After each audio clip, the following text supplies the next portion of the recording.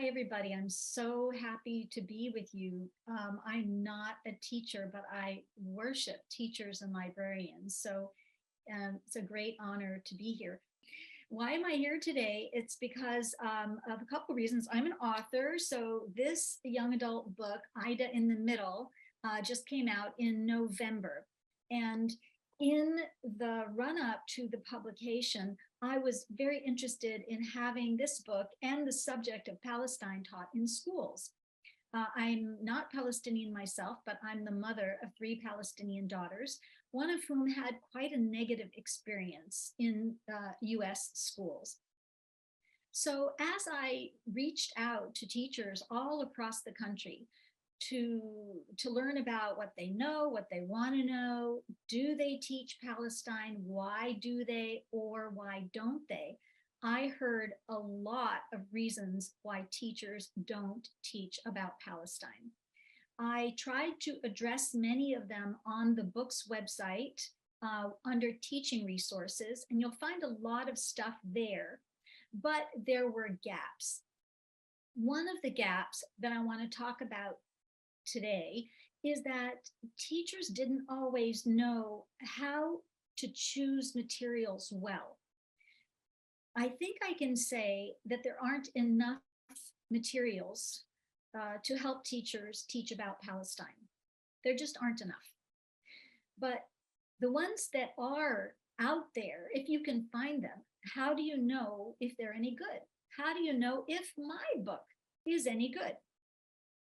So I started a research project with 4 Palestinian teachers to see if we could develop a framework that would help teachers and librarians and parents and students to evaluate books involving Palestine and make good choices. And that's the presentation that I want to share with you. So these are the Palestinian teachers that I'm working with from all across the country on a framework. And where did we get the idea of a framework? We looked at a whole bunch of other frameworks that exist, social justice frameworks and frameworks for different groups. And one that really touched me is the one in the upper right-hand corner of your screen, Reading and Teaching with Diverse Nonfiction Children's Books. And in there is one of my heroes, Debbie Reese, who you may all know, helps us to better understand the nuances of books involving Indigenous people for children. And so we set out to do something like this, something where we could help folks who are interested to understand the nuances that are sometimes hard to see in children's literature. So we started by getting a long list of books. And we got this in a million ways through the awards, through Amazon, through BookScan, through library searches, and through word of mouth. And originally we had 123 books. We now have more, but this analysis is on those first 123 books. It's interesting that of them, 67% were about Palestine and 21% about Israel.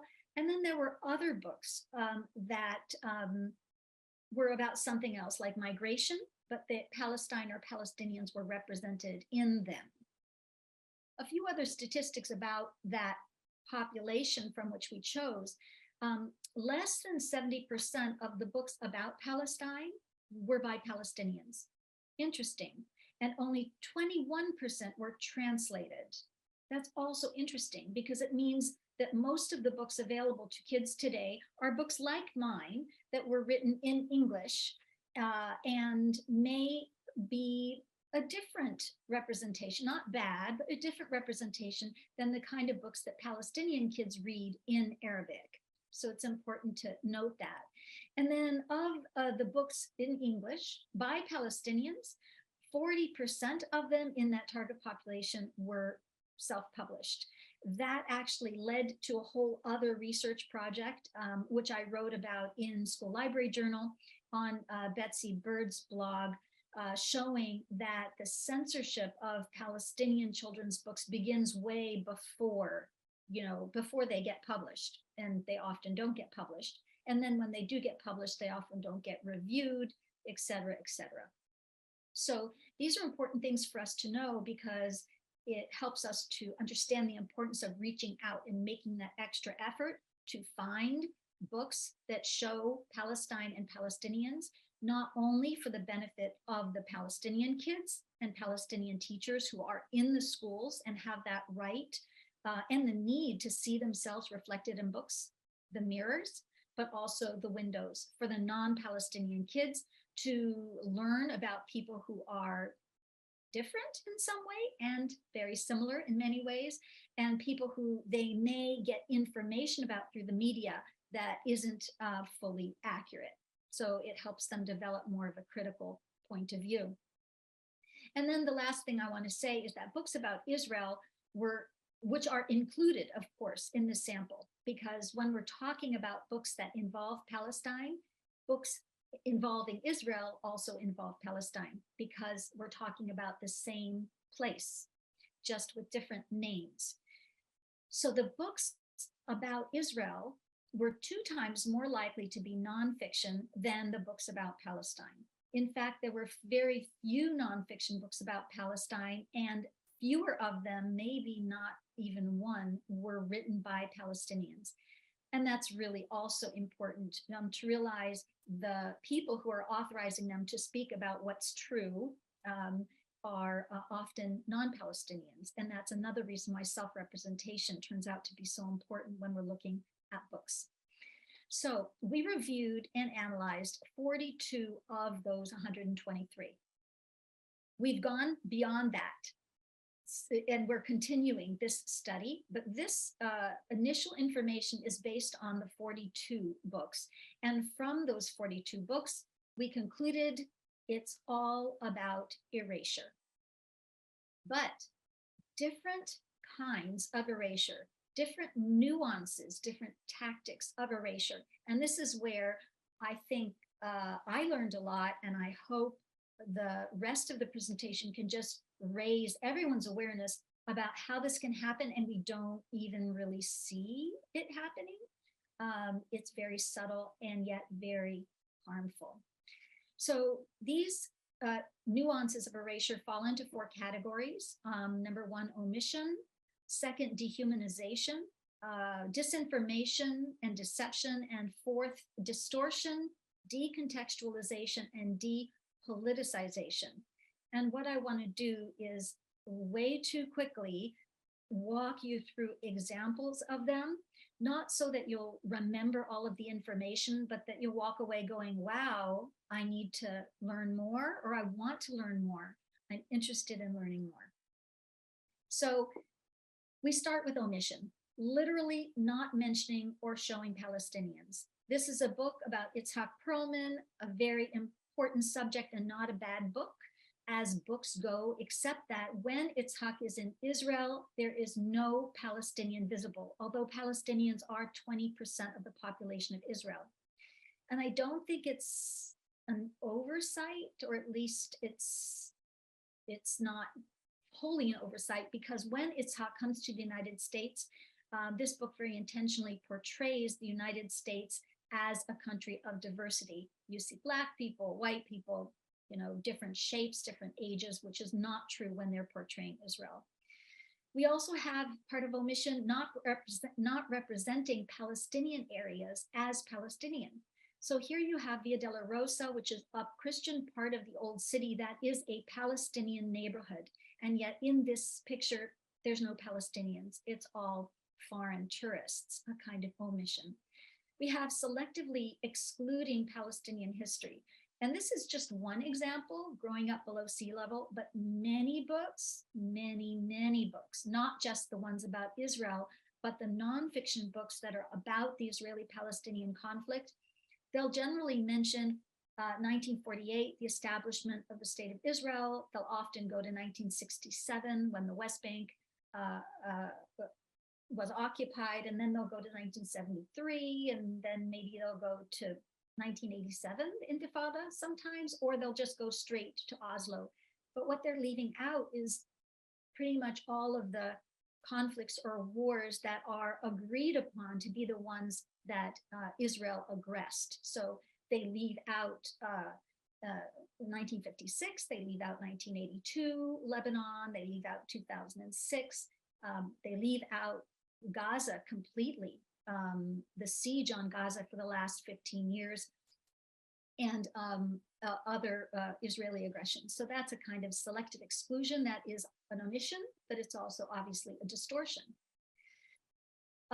This is one of my favorites. If you could say something bad is a favorite. I also wrote a whole article about this book, which is Welcome to Israel with Sesame Street. Sesame Street, for me as a mom at least, is kind of a stamp of approval. I think of Sesame Street as an educational organization. And so that branding matters to me. And yet, Sesame Street makes a point of showing Palestinian children, for example, in the middle panel, where it says Jerusalem, we're not wearing my glasses, but it says something like Jerusalem is a city of many religions. And you see there Palestinian girls, some of whom are definitely Muslim because they're wearing hijab, but Palestinians not mentioned. And they're not mentioned on the third panel either, where the character talks about speaking Arabic and that his friend Israeli speaks Hebrew. And so in this book and many, Palestinians are represented only as religious, cultural, or linguistic minorities of Israel and not as a national group in their own right. But it'd be easy to overlook that. There's blatant racism. This is a Lee and Loeb book, so that's particularly egregious for me because we know they're a highly respected and important diversity publisher. This is an old book, but they really should take it out of print. In this book, they do talk about both the Palestinian child and the Israeli child being affected by violence around them. But in both cases, the violence is from Palestinians. I think that's, again, subtle, but somehow very blatant. They're attempting to show both sides, and yet they show both sides as victims of Palestinians. And that's, I think, also inaccurate when you're talking about a situation of military occupation. There's cultural appropriation of various degrees and levels. In this book, Israel ABCs, B is for Bedouin, which at first is like, yay, they included Bedouin. And in this book, P is for Palestinian, which is also, yay, P is for Palestinian. But when you read the text, it's not really so yay, because the text says that, again, I'm not wearing my glasses, but it says that Bedouins are Arabs that come from Israel's deserts. Israel is a state which was established in 1948, 75 years ago. Bedouins have been there longer than the state of Israel. So they're basically taking a people who have a history and a complex identity and all kinds of important, wonderful things about them in their own right, and kind of reducing them to a group that comes from Israel's deserts. And this is a kind of cultural appropriation. There are others like culturally appropriating food, etc., that are maybe more easy to see. Exotification, I think, maybe is obvious. There was less of this than I expected in the books. We didn't look at very old books, maybe that's why, but here we have an outdoor market and the text is about the beautiful colors and the beautiful spices, which is all very lovely. But the markets in Jerusalem are places of trade and business, their livelihoods, none of which is represented. In fact, you only really see the foreign tourists here in the markets. And then, sorry to be a bit blunt, but there are some actual lies, I think. You have the word Israel here on 3 different children's books, all of which are nonfiction books. So you have the word Israel, and you have the Dome of the Rock, a very important Palestinian icon. But it's not only that it's a Palestinian icon or a Palestinian location, it's that the Dome of the Rock is in East Jerusalem, and East Jerusalem is not part of Israel by international law.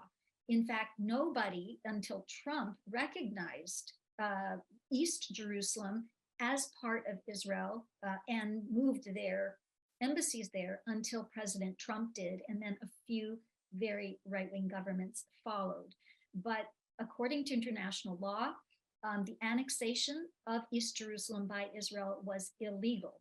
So for these publishers to put a location in East Jerusalem, a Palestinian icon, on a book cover next to the word Israel is problematic. I would say it's dishonest. We have tokenism. This is a book that I kind of liked the story of the book, and it had some interesting nods at Palestinians. There were times when the main character would notice, that doesn't seem fair, or something like that. But the reason why I included this as tokenism, although there are maybe better examples of it, is because the main character, the protagonist, appears to be concerned about the lower status of Palestinians in Israel, but that concern does not affect her behavior in any way. She doesn't reflect on the information she gets, and that information doesn't affect her actions or what she learns from the experience as a whole. So I really felt as a reader that the references to Palestinians in this book were tokenistic and not productive. Normalization is a hard one for people who aren't very familiar with Palestine and Israel, because being normal is good. We want things to be normal. And there are kinds of normalization that are positive, but this kind isn't. So what you have, and I'm just going to talk about the book on the far right, Adventure Girl Dabby Diggs, is a book about a young Israeli girl who is mentored by a woman archaeologist and learns to dig and find important archaeological treasures. It's really a lovely story, I think, from a gender point of view. It's science, and it's a girl being mentored by a girl, and it has nice original art.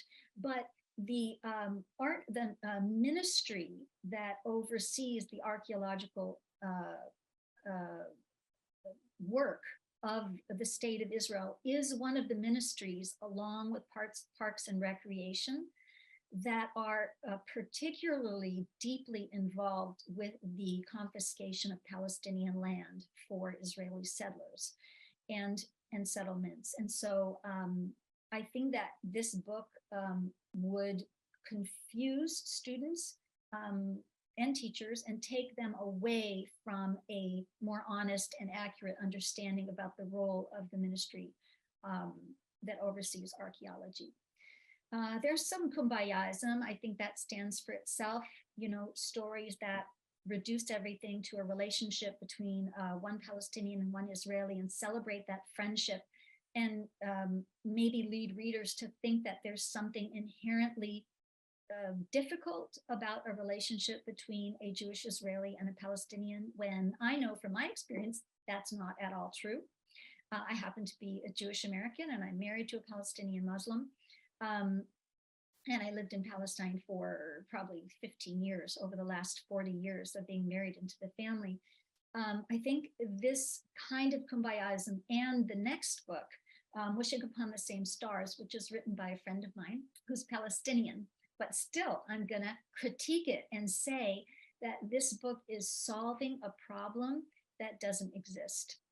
There is a problem in Israel, Palestine, a problem over land, but there's not a problem between individuals.